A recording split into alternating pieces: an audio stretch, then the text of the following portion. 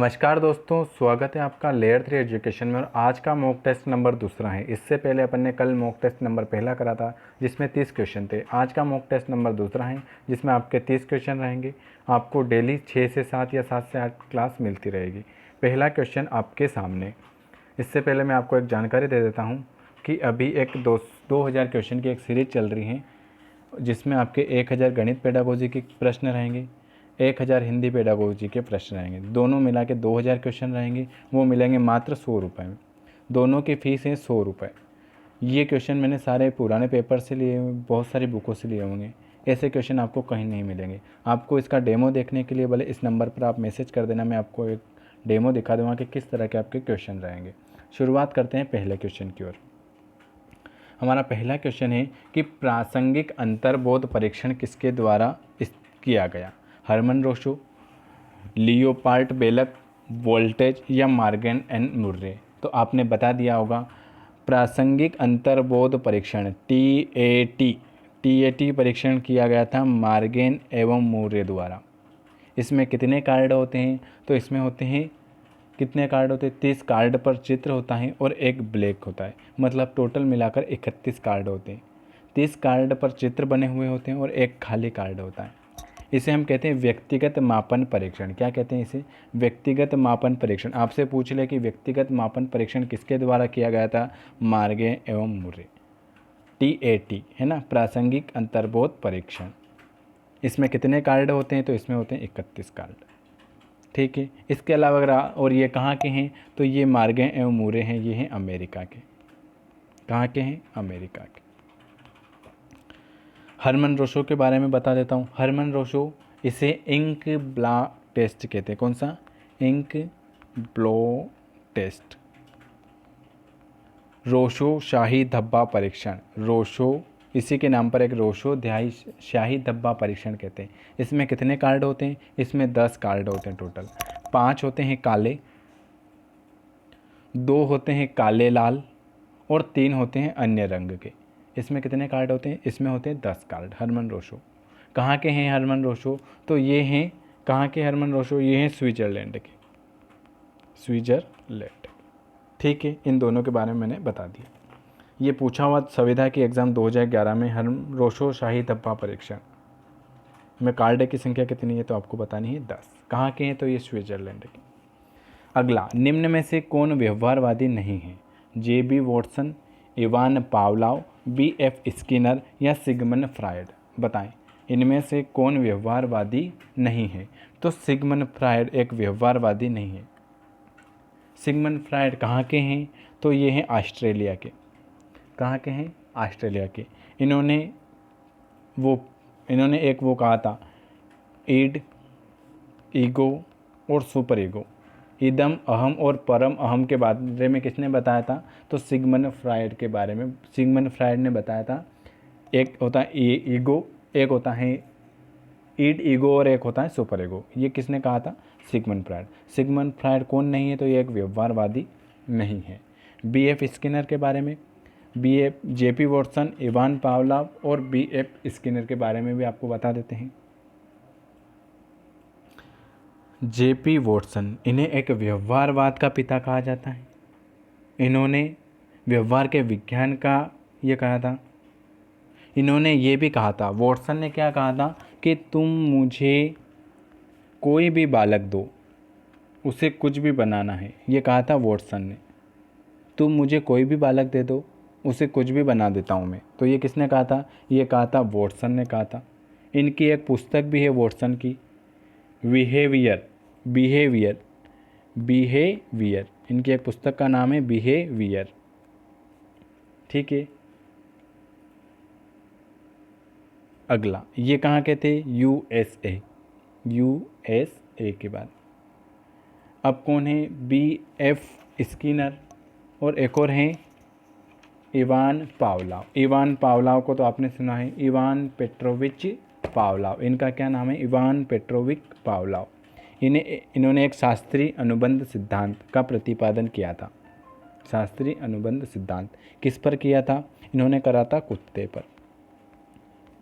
किस पर करा था? इन्होंने करा था कुत्ते पर। और ये कहाँ के हैं? तो ये हैं आपके रूस के। कहाँ के हैं? ये रूस के हैं। इसके अलावा आपको इनके बारे में भी बता देते हैं, B.F. स्किनर के बारे में कि B.F. स्किनर कौन थे, अभी बता देते हैं। स्किनर के बारे में बाद में बताएंगे। इससे पहले एक और ये कि हरमन रोशो ने 1921 में शाही धब्बा परीक्षण का निर्माण किया था, ये आपको ध्यान रखना है। अगला क्वेश्चन आपके सामने है तीसरा। वीडियो अच्छा लगे तो लाइक करें, कमेंट करें और हमारे ग्रुप में ऐड होने के लिए इस नंबर पर मैसेज करें 9753749986। यहाँ पर आपको 100 वीडियो मिल जाएंगे हिंदी पेडागोजी और मैथ्स पेडागोजी के, बिल्कुल फ्री वाले। इसके नीचे मैं लिंक दे दूँगा, उस लिंक पर क्लिक करके उस चैनल को सब्सक्राइब कर लेना। वहाँ पर आपको सारी क्लासें एमपीटेट की मिल जाएगी, या नहीं मिले तो आप इस नंबर पर मैसेज कर सकते हैं। इसकी PDF भी मिल जाएगी आपको। नवजात के स्वास्थ्य को जांचने के लिए प्रयोग में ली जाने वाली स्केल कौन सी है? TAT परीक्षण तो अभी बताया मैंने, TAT परीक्षण व्यक्तिगत मापन परीक्षण है, ये तो नहीं है नवजात शिशु के लिए। WISP-TA ये है व्यक्तिगत मापन परीक्षण के APGAR, ऑप्शन नंबर B। निष्पादन परीक्षण विधि के प्रवर्तक कौन है? हार्टशॉर्न व मेय, क्रो एंड क्रो, बिंग या हंट, बताएं। तो इसका सही जवाब हो जाएगा ऑप्शन नंबर पहला, निष्पादन परीक्षण विधि के जनक है हार्टशॉर्न व मेय। क्रो एंड क्रो कौन है? तो क्रो एंड क्रो ने एक सेंटेंस दिया था कि व्यक्ति के जन्म से लेकर वृद्धावस्था तक सीखने के अनुभव को क्या कहें? व्यक्ति के जन्म से लेकर वृद्धावस्था तक सीखने संबंधी अनुभव, ये कहा था क्रो एंड क्रो ने। जन्म से लेकर वृद्धावस्था तक के सीखने का काल, वुडवर्थ, महात्मा गांधी या सिगमंड फ्रायड, तो ये कहा था क्रो एंड क्रो ने। अगला क्वेश्चन, सिजोफ्रेनिया का संबंध किससे है? शारीरिक रोग, मनोरोग, विकलांगता या इन तीनों से? सिजोफ्रेनिया का संबंध है शारीरिक रोग से। यह रोग होता है 16 से 30 साल की आयु में। इसे हम मानसिक बीमारी कहते हैं, जो सोचने और समझने की शक्ति का मानसिक विकास कम कर देती है। मानसिक विकास, सिजोफ्रेनिया शारीरिक रोग से, शरीर के रोग से है, ऑप्शन नंबर A। अगला क्वेश्चन आपके सामने, यह करो या ना करो कौन कहता है? इदम, अहम, परम अहम या इनमें से कोई नहीं? ID, इदम, अहम मतलब ईगो, परम अहम सुपर ईगो, ये कौन कहता है? ईड, ईगो और परम अहम। तो ये किसने कहा था? ये तो आपको अभी बता दिया था। किसने कहा था? ये कहा था सिगमंड फ्रायड ने कहा था, सिगमंड फ्रायड में। तो यह करो या ना करो ये कौन कहता है, बताएं। देखो, ईड तो कहता है कि यह किसी भी प्रकार का तनाव नहीं, मतलब ये किसी भी प्रकार का तनाव नहीं सहन करते, वह सुख व संतुष्टि प्राप्त करते, ये फ्री आदमी है ना, ये किसी भी प्रकार का तनाव नहीं करते। अहम और परम अहम के बारे में आपको बताना है, ठीक है। अहम और परम अहम के बारे में आपको बताना है कि ये किसने कहा था, बताएं। यह करो या ना करो, जल्दी से जल्दी बताएं कि ये किसने कहा था। तो ये कहा था परम अहम। अगला, एक बालक अपनी दुख भरी परिस्थिति को भुला देता है तो उसे क्या कहोगे? औचित्यकरण, दमन, प्रतिगमन या इनमें से कोई नहीं? तो वह अपने आप को क्या कर रहा है? दमन कर रहा है। एक बालक अपनी दुख भरी परिस्थिति को भुला रहा है तो वो अपनी भावनाओं के दमन कर रहा है। B आंसर सही होगा। अगला क्वेश्चन आपके सामने 8वां, नर्सरी स्कूल प्रारंभ करते थे। नर्सरी स्कूल किसने प्रारंभ किया? अरस्तु, फ्रोबेल, सुकरात या महात्मा गांधी, बताएं। नर्सरी स्कूल के प्रारंभकर्ता कौन है? Froebel, Froebel, option number B हमारा सही जवाब हो जाएगा। सुकरात, महात्मा गांधी और अरस्तु के बारे में भी आपको बता देते हैं। सुकरात कहाँ के थे? तो ये एक यूनान के थे, यूनान के थे। और इन्होंने कहा था सुकरात कहाँ के थे? ये यूनान के थे, यूनान के थे सुकरात। और इन्होंने कहा था कि ज्ञान ही सद्गुण है। ज्ञान ही सद्गुण है। और इनकी एक पद्धति थी जिसको द्वंद्वात्मक पद्धति भी कहा जाता है। सुकरात की एक पद्धति थी जिसे द्वंद्वात्मक पद्धति के नाम से भी प्रसिद्ध है ये। अब आपको बताते हैं फ्रोबेल के बारे में, अरस्तु के बारे में। इन्होंने फ्रोबेल नर्सरी स्कूल किसने प्रारंभ किया था? फ्रोबेल ने। किसने करा था? फ्रोबेल ने, है ना। इन्होंने किंडरगार्टन शिक्षा प्रणाली भी की शुरुआत की थी। इन्होंने क्या करा था कि खेल द्वारा शिक्षा एवं स्वच्छ क्रिया द्वारा शिक्षा में सिद्धांत पर बल दिया गया था। ये कहाँ के थे? तो ये थे जर्मन के। एक और कौन है? सुकरात के बारे में और महात्मा गांधी के बारे में बता दें। इन्होंने किस पर बल दिया था? इन्होंने बेसिक शिक्षा पर बल दिया था। बेसिक शिक्षा पर बल दिया था। अगला क्वेश्चन, तो हमारा सही आंसर हो जाएगा option number B. Navodaya Vidyalaya का गठन किसके लिए किया जाता है? 75% ग्रामीण और 25% शहरी, 20% शहरी और 80% ग्रामीण, यह दोनों इनमें से कोई नहीं। 90 का आंसर क्या होगा? तो नवोदय विद्यालय का गठन होता है 75% ग्रामीण के लिए और 25% शहरी के लिए। ऑप्शन नंबर ए हमारा सही जवाब हो जाएगा। 10वां क्वेश्चन आपके सामने, शिक्षा मनुष्य में अंतर्निहित क्षमता का परिपूर्णता में विकास करना है, यह किसने कहा था? स्वामी विवेकानंद, स्किनर, पेस्ट्रोलॉजी या रविंद्रनाथ टैगोर। ये किसने कहा था? बताएं कि शिक्षा मनुष्य में अंतर्निहित क्षमता का परिपूर्णता से विकास करता है। यह कहा था हमारे स्वामी विवेकानंद ने। किसने कहा था? स्वामी विवेकानंद। अगला क्वेश्चन, जिला प्राथमिक शिक्षा कार्यक्रम किस वर्ष लागू किया गया? 1990, 94, 98, 2000। तो जिला प्राथमिक शिक्षा कार्यक्रम की शुरुआत हुई थी 1994। Option number B. अगला क्वेश्चन, विकासात्मक कार्य के प्रत्यय के प्रतिपादक कौन थे? हालिंगवर्थ, हेबिस्टन, जीन पियाजे या हल। बताएं कौन थे? तो हेबिस्टन। ऑप्शन नंबर बी, विकासात्मक कार्य का प्रत्यय के प्रतिपादन थे हेबिस्टन। अच्छा, क्लार्क हल ने एक ये हल इनका नाम है क्लार्क हल। इन्होंने एक सूत्र कहा था, इन्होंने एक उद्दीपन SOR, ये किसने दी थी? SOR थ्योरी ये दी थी क्लार्क हल ने।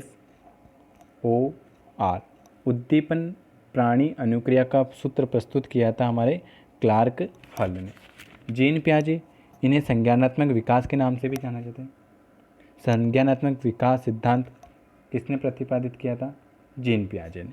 ठीक है, तो हमारा सही आंसर है ऑप्शन नंबर बी। निम्नलिखित में से किसको मुख्य ग्रंथि कहते हैं? थायराइड ग्रंथि, एड्रिनल ग्रंथि, अंतःस्रावी ग्रंथि या पीयूष ग्रंथि। तो पीयूष ग्रंथि को हम मुख्य ग्रंथि मतलब मास्टर ग्रंथि भी कहते हैं। अगला क्वेश्चन आपके सामने 14वां, शैशवावस्था को सीखने का आदर्श काल किसने माना है? पेस्ट्रोलॉजी, वुडवर्थ, वैलेंटाइन या इनमें से कोई नहीं। बताएं शैशव अवस्था को सीखने का आदर्श काल किसने माना है? वैलेंटाइन ने। किसने माना है? वैलेंटाइन। अगला क्वेश्चन, जन्म के समय शिशु के मस्तिष्क का भार 350, 250, 200, 900। तो जन्म के समय शिशु का भार होता है 350 ग्राम। Option number A. अगला क्वेश्चन, बाल विकास की परिभाषा का अध्ययन क्षेत्र में माननीय सामर्थ्य में परिवर्तन का परीक्षण करना, जीवन अवधि के दौरान व्यवहार की व्याख्या, बच्चों की वयस्क के द्वारा वरिष्ठ नागरिकों के साथ लेना या किसी बच्चों के संज्ञानात्मक, सामाजिक तथा दूसरे तथ्यों के क्रमिक विकास के लिए उत्तरदायित्व होना। तो हमारा सही आंसर हो जाएगा ऑप्शन नंबर डी। बाल विकास की परिभाषा का अध्ययन क्षेत्र में किसी भी बच्चे के संज्ञानात्मक, सामाजिक तथा दूसरों तथ्यों के क्रमिक विकास के लिए उत्तरदायित्व होना। अगला क्वेश्चन आपके सामने, मानव विकास का अध्ययन करने के लिए आनुवांशिक विधि का प्रयोग किया जाता है। क्षैतिज, लंबवत, यह दोनों या इनमें से कोई नहीं। बताएं मानव विकास।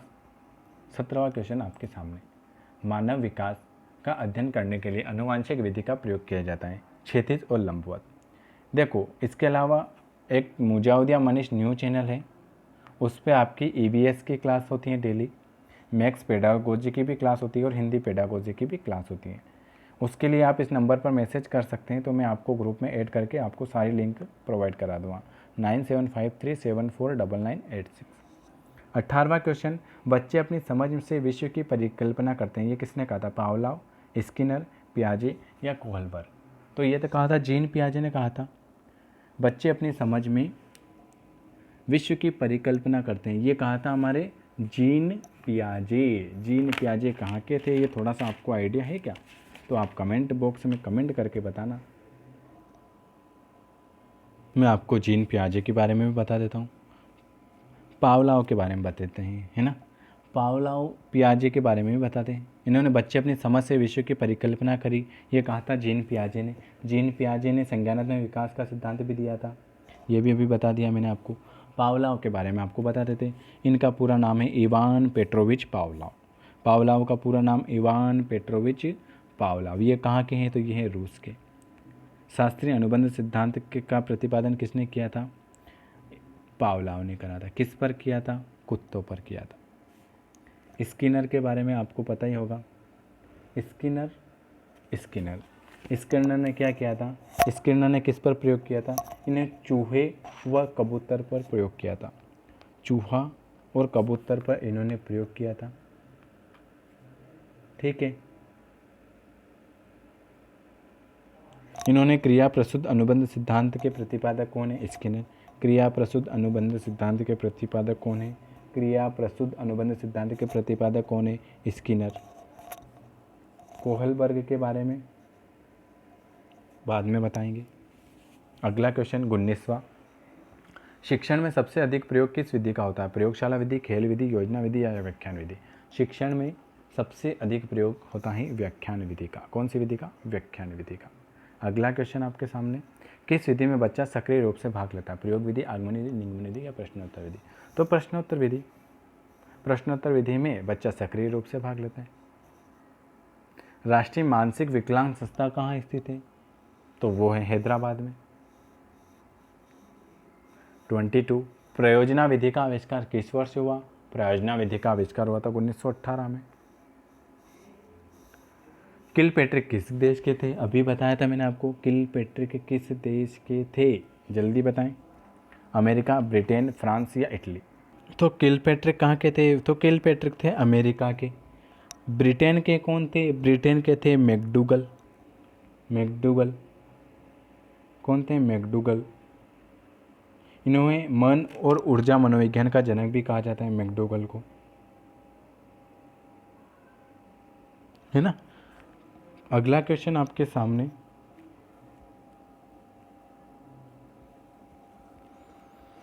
ट्वेंटी 24, सबसे प्राचीन शिक्षण विधि पाठ्यपुस्तक विधि, प्रयोगशाला विधि, व्याख्यान विधि या निरीक्षण विधि? बताएं, सबसे प्राचीन विधि है व्याख्यान विधि। 25, विभिन्नता का नियम किसने प्रतिपादित किया भाई? डार्विन, सोरेसन, हैरिसन, पावलोव। डार्विन ने करा था विभिन्नता का नियम। किस शिक्षाविद ने शिक्षा अधिगम को त्रिध्रुवी की प्रक्रिया बताई? महात्मा गांधी, प्लेटो, जॉन डीवी या पैथालॉजी? बताएं, इसका सही आंसर क्या होगा? किस शिक्षाविद ने शिक्षा को त्रिध्रुवी बताया था? ये क्वेश्चन आपके लिए, अगर आप वीडियो पूरा देखते हैं तो मेरे को पता चलेगा कि आपने वीडियो पूरा देखा। ये आपको कमेंट बॉक्स में कमेंट करके बताना है, ठीक है, कि इसका आंसर क्या हो जाएगा, ठीक है। ये आपका एक क्वेश्चन। शिक्षण तथा अधिगम एक दूसरे के पूरक हैं, ये पूर्णतः सत्य हैं, आंशिक रूप से सत्य हैं या आंशिक गलत है? तो शिक्षण तथा अधिगम एक दूसरे के पूरक हैं, ये पूर्णतः सत्य है। 28, दल शिक्षण का विकास सर्वप्रथम किस विद्यालय में हुआ? हार्वर्ड विश्वविद्यालय अमेरिका। हार्वर्ड विश्वविद्यालय अमेरिका में हुआ। हार्वर्ड विश्वविद्यालय अमेरिका। दल शिक्षण, दल समूह में रहने की अवस्था। दल शिक्षण कितने प्रकार का? 2, 3, 4, 5। इसे टोली शिक्षण भी कहते हैं। टोली मतलब दल। टोली शिक्षण किसे कहते हैं? तो दल शिक्षण और टोली शिक्षण एक ही होता है। तो ये होते हैं 3 प्रकार के। कौन कौन से, वो आपको कमेंट बताना। समाजमिति विधि के जन्मदाता कौन है? मोरेनो, महात्मा गांधी, शुक्राल। तो ये है मोरेनो, समाजमिति विधि के जनक हैं मोरेनो। ये मैंने आज आपको, इसके अलावा फिर वापस बता देता हूँ, 2000 क्वेश्चन की एक सीरीज चल रही है, 1000 गणित पेडागोजी के, 1000 हिंदी पेडागोजी के, मात्र 99 रुपये में 2000 क्वेश्चन। इसकी PDF फाइल मिलेगी। इस नंबर पर आप मैसेज करना, मैं आपको पूरा एक डेमो दिखा दूँगा किस तरह के क्वेश्चन रहेंगे। और आप कमेंट बॉक्स में कमेंट जरूर करें। इसकी PDF लेयर 3 एजुकेशन के ऐप में डाल दी जाएगी, वहाँ से आप इसको प्राप्त कर सकते हो। वीडियो कैसा लगा कमेंट करें, कितने नंबर आए कमेंट करके ज़रूर बताएं, और ग्रुप में ऐड होने के लिए इस नंबर पर मैसेज करें। बिल्कुल फ्री ग्रुप है, यहाँ पर आपको सारी क्लासेस फ्री मिलेगी, Hindi pedagogy, maths pedagogy, EVS सभी क्लास। वीडियो देखने के लिए आप सभी दोस्तों का बहुत बहुत धन्यवाद। मिलते हैं अपन कल के वीडियो में।